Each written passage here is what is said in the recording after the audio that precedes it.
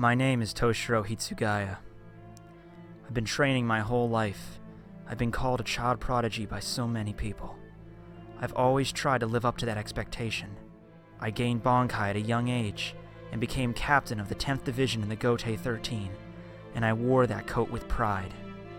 However, I keep fighting stronger and stronger opponents, and I always keep being defeated. So I trained. I trained to protect my friends. I communed with my Zanpakuto Hyorimaru. We worked together, and with that, I obtained a true Bankai. But then I got it stolen by a Quincy jerk, and then I got it back, but then I got defeated again, and then I got turned into a zombie, and now I'm finally back to fight on my own terms with the Bankai that I worked so hard to obtain, and I'm not going down this time. I am Toshiro Hitsugaya, captain of the 10th Division of the Gotei 13, and you're going down now, Gerard Valkyrie. Yeah, I really don't feel like this week. What's Uryu up to?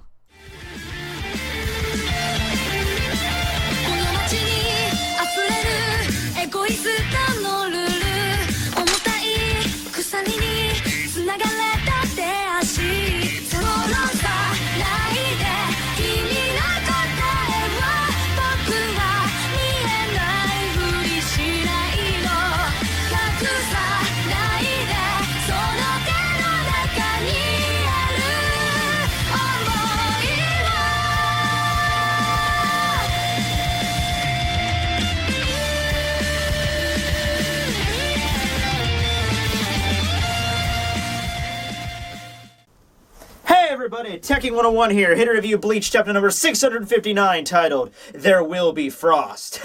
Actually, no, Kubo, if you live in the northeastern United States like me, there will not be frost. There will be a massive freaking blizzard basically fucking you over from every direction, so you can thank Mother Nature, freaking bitch. But yeah, I guess it's referring to frost, as in this is probably going to be the ultimate fight between Toshiro Hitsugaya and Stern Ritter M. Gerald Valkyrie.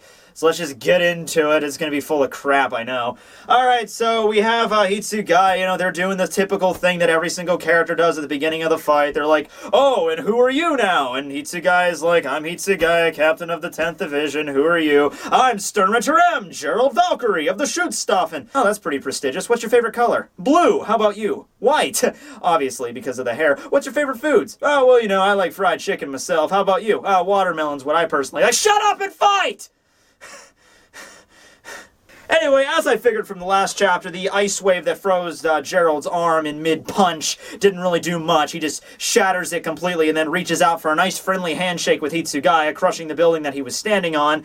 However, Hitsugaya avoids this quite easily. He just kind of zooms right past him, and then he activates his Bankai. Daikuren Hyorimaru! Okay, now this is a big deal, seriously, and a few people pointed this out, alright? If you actually look back in this arc, Hitsugaya has never had a serious fight with his Bankai, alright? Because after the fight with Aizen, we had that really cool moment when he was training in that cave and, Rangiku was looking at him kind of worried, and Hitsugaya's like, I need to get this into a real Bankai, okay? I need to cut the shit. I got screwed over in that war. Aizen took me out in a fucking blink of an eye. Again, so I need to really train up, and I need to make sure that this is a true Bankai. So he trains for 17 months, okay? And then we see him fight with Yukio. Yukio was a normal-ass human. You could tell he didn't really pay attention. He didn't really go all out with him. And then during the first invasion with the Vandenreich, he goes Bankai. It's immediately fucking stolen by Kangdu. And then he doesn't get it back until later on when he just got, fucked by Basby in all these different directions. He's about to pass out. He uses his Bankai to freeze Kangdu, but that's a Bankai that was augmented with hollow powers, and then he immediately passes out right afterwards, so we didn't really get to see the full implications of that. And then he used it when he was a zombie. That's not really under his own control. So here, finally, 200 chapters since his fight with Aizen, we finally get to see what his real Bankai, under his normal power, is going to be capable of. So let's check this shit out. So he releases this huge-ass ice wave that just freezes Gerard's entire top half of his body, pretty much everything above his waist. And then we view down to see Momo and Shinji looking up. Well, Shinji, I guess, is still unconscious. Momo is just kind of cradling there. So yeah, Shinji, how you doing? You're going to play a big role in this fight, right? Because last chapter, the title was flipped, and the visors show up. So obviously, Shinji, you're about to do something, right? You're just faking, huh? Shinji, hey, man, come on, man. Come on, get up, man. Get up. Come on. Oh my god, Orihime just flashed her tits. Ah, shit, that usually works. I think he's out of the fight, guys. So yeah, Momo's just kind of looking on, viewing the fight with Toshiro, and just having this very somber look on her face, like, oh, Shiro-chan, please be safe. Oh my fucking god. No, Kubo, Momo better not be the one to kick the shit out of Gerald at the end. I know you were going with a trend here, okay? I can see your crap, alright? Nemu is the one that actually manages to fight against Pernida. I mean, she gets kind of screwed over at the end, but at the end of the day, she at least tried. And then Nemu was the one that took on, you know, Lille, which she also got kind of screwed over. I mean, she got injured. She was technically the one that finished him off, but, you know, she couldn't really do it on her own. She needed kind of Shunsui there to support her. And now we have Momo! Don't do it. Do not go down this path. I don't care what you do. You could have Soyphone show up and do something. I don't like Soyphone, but it would be better than Momo. All right? Please, don't do it, man. Don't do it. Well, anyway, we get one scene of Toshiro just kind of flying in the air, looking kind of cool. We get the title page, There Will Be Frost, and then we immediately cut away from that fight for the rest of the chapter. Yeah, so I don't know if Kubo was just sitting at his writing desk being like, oh, here we go, big cliffhanger, Toshiro's back on the scene, can't wait to write a Toshiro chapter, it's been forever. Ah, crap, man, I don't really have a lot of ideas. Yeah, alright, screw it, let's do something else. Uryu, yeah, he's still around, let's see what's going on with him. So for the rest of the chapter is really focusing on Uryu, which is fine, because we haven't seen him really at all since he, I think the last time we had him of any relevance is when Hashwald was looking for him a couple, you know, right before Hashwald's fight with Basby, he noticed that, you know, Uryu went to some other, like, part of the Varvelt, and then he was trying to look for him, and then Basby showed up and kind of got distracted. We don't really know what Uryu's been up to. Well, we actually get a flashback featuring Uryu as a child and Ryukin! Oh yeah! That's what I'm talking about. Now, Kubo, it would be really cool, though, just throwing this out there, just a suggestion, if you could take Ryukin and take him out of flashback land and place him in the present storyline to actually do something relevant. That would be cool. I'm just throwing that out there. I think I'm the only one that's really having that thought. But, you know, aside from that, that would be great. Yeah, I mean, don't get me wrong, I love Ryukin. He's one of my favorite characters, and I think he could do some serious badass shit in this fight, particularly since, you know, it's a fight, I mean, it's an arc focusing around Quincy's, and we only had 2 Quincy's up to this point in the story that were confirmed to be alive, Uryu and Ryukin. Okay, well, let's focus a lot on Uryu, let's just disregard Ryukin. Let's just sequester him off to nothing but the flashbacks, because apparently that's the only place where he's relevant. You know, he showed up in the Masaki flashback, that's it. We had one brief scene with him, just kind of looking out a window, and that was it. That was the only thing he contributed to the present of this arc. But anyway, in the flashback, we see Ryukin working at a table. He's all dressed up in his doctor's garb. We don't really know what he's doing. And then I guess Uryu walks in on him. And he's like, Dad, why are you cutting up Mom's corpse? She's been dead for a while. So referring to Katagiri, Uryu's mother, who died after Yuha used his swollen power, his holy selection. Apparently, Katagiri was already kind of like weak, and the swollen made her bedridden for a couple months, and then she died a few months later. So remember that the swollen, the selection itself is actually not what kills the Quincy's. It just like removes their power from them. It just happened because Katagiri was already weak, so when she got her power ripped off, I guess she was sent into a coma or something. And Masaki had happened at like the worst possible time because she was fighting Grand Fisher. So that's just bad timing there. Well, anyway, apparently this is after Katagiri died, and I guess that Ryukin moonlights as a coroner because he's like dissecting his wife's corpse in the hospital. I don't really know what the deal with this is. Particularly since you're not really a great dad if you're doing this shit where Uryu can find you. I mean, not even like should I lock the door to this autopsy room so my small, 8-year-old son doesn't notice that I'm hacking up his mommy's corpse? Yeah, whatever. I mean, he's walking in, he's just asking for it. Daddy, what are you doing? Oh, I'm just carving up your mom. I mean, wrapping your Christmas presents there, Uryu. Yeah, you're a good son. Yeah, haven't you always wanted a human heart? Yeah, I love you, kiddo. Yeah. Aw, Dad, you suck. I always told you I wanted a human liver. This is the worst Christmas ever. So we cut a little bit more into the future of Uryu's flashback. We are now on the roof of Kurakura High School where we see Uryu and Ichigo just kind of hanging out. I don't really know where to place this in the time frame. I'm going to say this is during the Fullbringer arc, I guess, because there's really no... I mean, it's not impossible that they could be doing this maybe necessarily after the Soul Society arc. You could put it in there. But, you know, since it's closer, I'm just going to say this is maybe during the 17-month time skip, something like that. That would be more appropriate. Well, they're just kind of chilling out, having lunch, and Ichigo brings up an interesting question. He's like, is it weird that you're coming to this normal high school? I mean, your dad's a doctor. Wouldn't it make more sense for you to be a doctor and go to a more prestigious medical school or something like that? And plus, Uryu is super smart. He ranks high consistently on all of his grades, and I guess Karakura High School is just like maybe just like a normal high school when he could have gotten into a much better school at this point. And Uryu's response to this is basically like, well, your dad's a doctor, so don't you want to be a doctor too?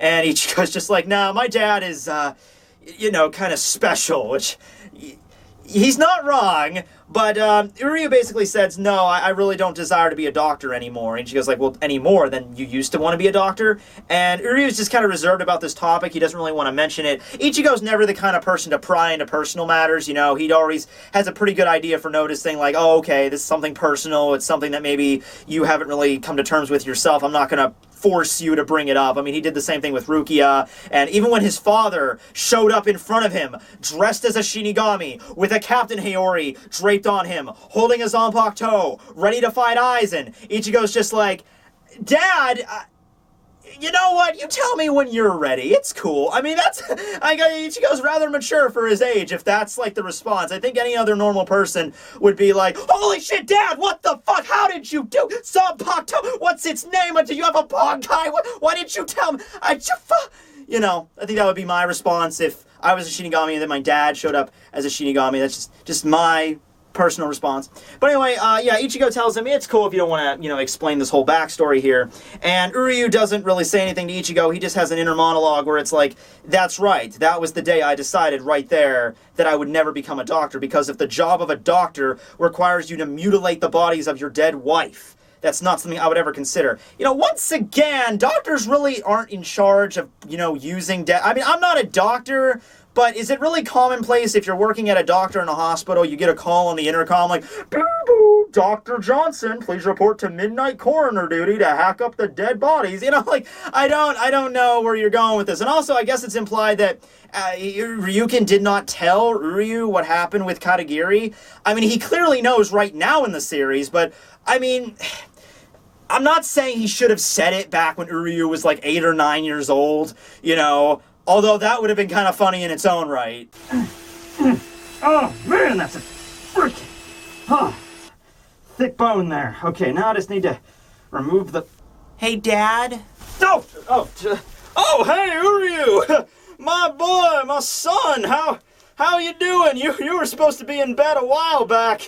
I'm good, just getting the midnight snack. Oh, shit, what's up? Why do you gotta keep cutting up Mommy's corpse? Is Mommy a zombie?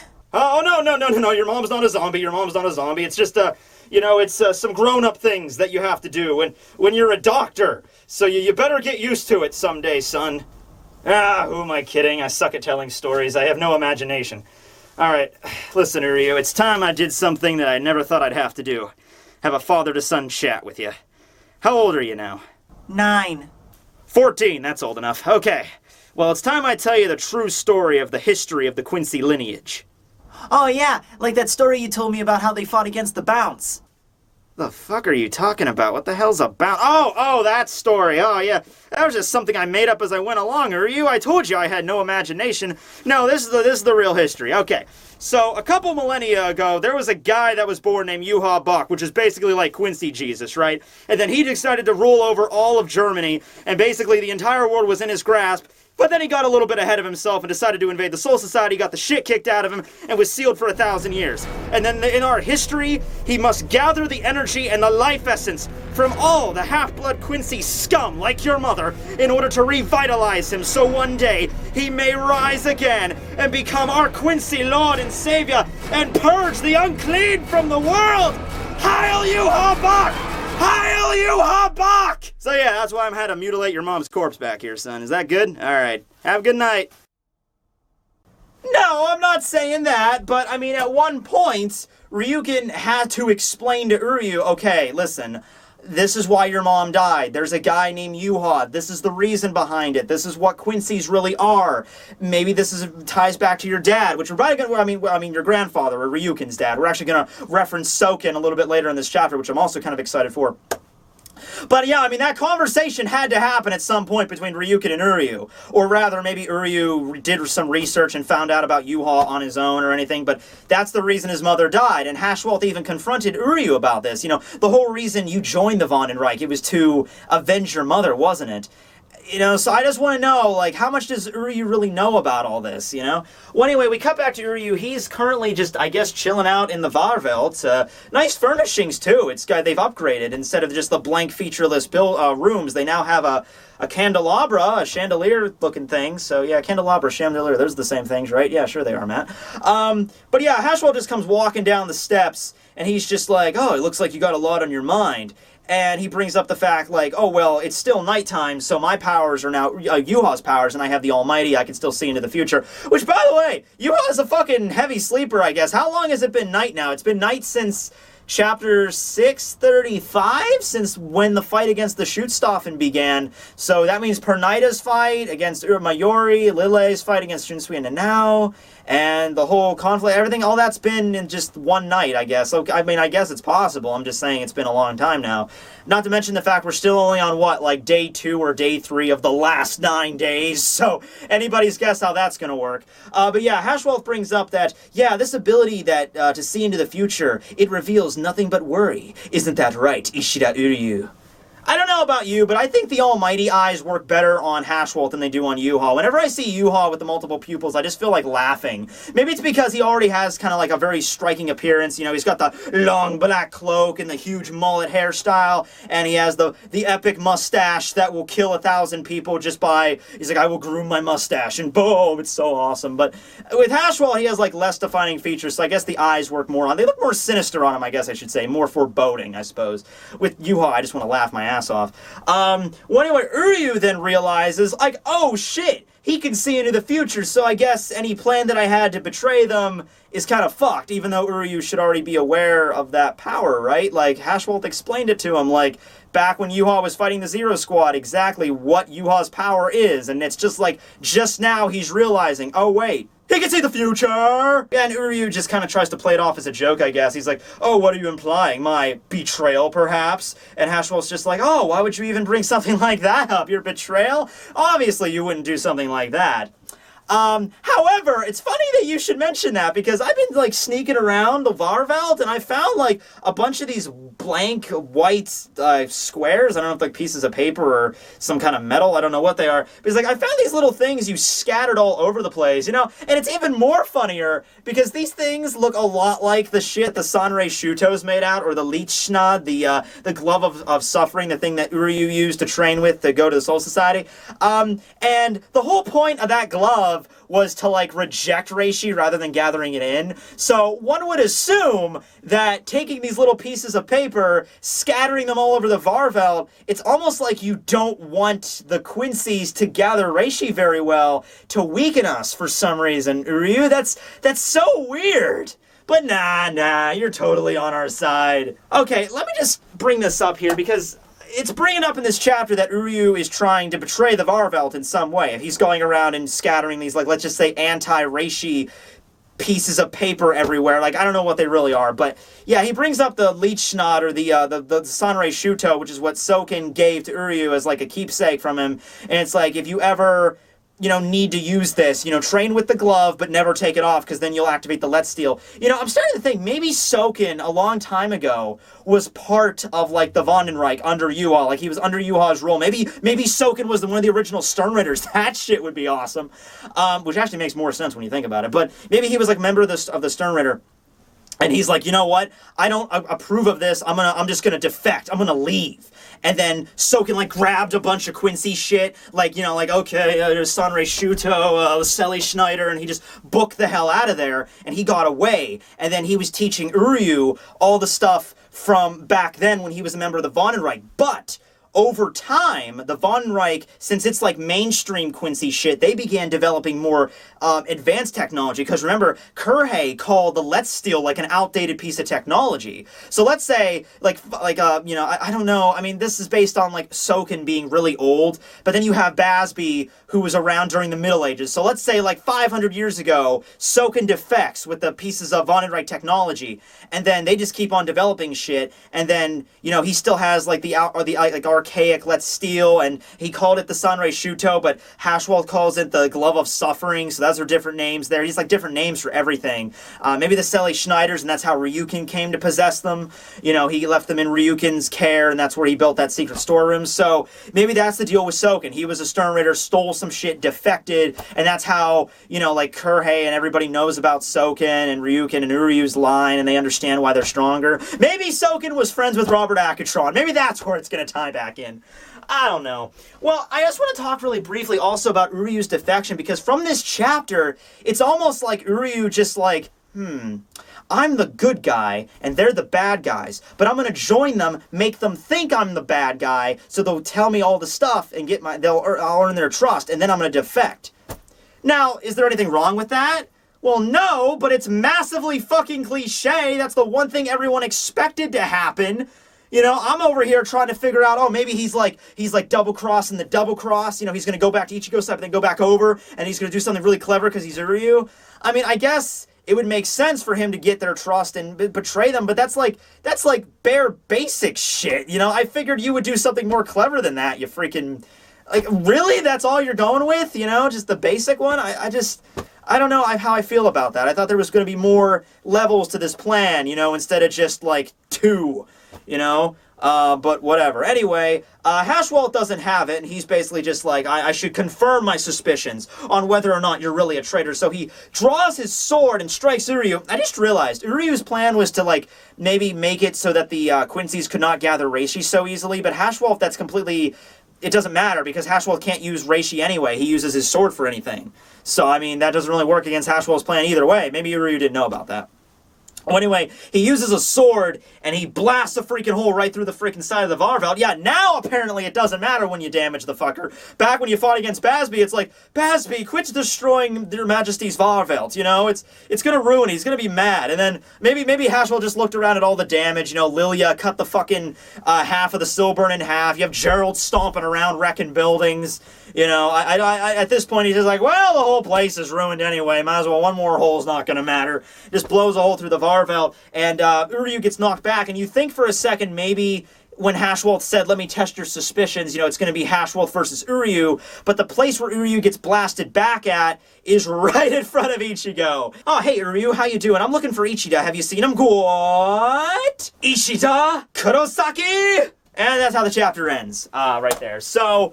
I'm saying what maybe Hashwalt figured, since he has the almighty power and he's just kind of like omnipresent. He knows like wherever, not omnipresent, but he knows where everything is. He knew Ichigo was there, so when he said, let me test your loyalty, it wasn't going to be, you know, let me fight you to figure out, I'm going to knock you right in front of your former friend that apparently you killed, and we'll see where your loyalties lie then. In fact, I can totally see next chapter Hashwalt appearing on the freaking balcony and be like, well, there's your test right there, to prove that you're against our cause. I mean, prove that you're for our cause or not. So, next chapter, we might get, I mean, this is a lot quicker than I expected, but Ichigo versus Uryu. I'm pumped. I have no problems. Hey, I've been expecting this for a while. I'm pretty sure everyone has. Whether or not we're going to go with this, learning about Uryu's betrayal. Hey, I'll take this over the Toshiro fight any day. Seriously. I don't care. I was expecting this to be more closer to the final battle, but hey, I don't know. Maybe it is. Maybe it's close to the final battle. I don't know. You have Toshiro. A lot of people have been saying there's no way Toshiro's going to beat Gerard. But I'm thinking, hey, you still have Shinji there. Maybe he can help out. Maybe Urohara is going to do something. He's going to come back. So, I mean, they're going to combine together. They'll figure out something to take out Gerard. You have Yoroichi against Asuke. We didn't see any of that this chapter. And then maybe Soifo might show up to help her out. So that'll be that fight. And then after that, you just have the main echelon. So maybe that's why we're getting like just Hashwalt and Yuha after that, and Uryu. So, yeah, what did you guys think of this chapter? I thought it was really interesting. I'm glad we got to see Ryukin again. I'm glad we got a little bit of maybe see what Uryu's real, motive is, even if it might be just like a little bit cliche. We got some information even on, like, maybe not directly spoken about Soken, but about maybe the technology that he was using. And then Ichigo is back into the story. Maybe he'll do some stuff that's actually main character related, because, But anyway, hope you guys enjoyed this chapter. I did. Comment below. Tekking101 signing out.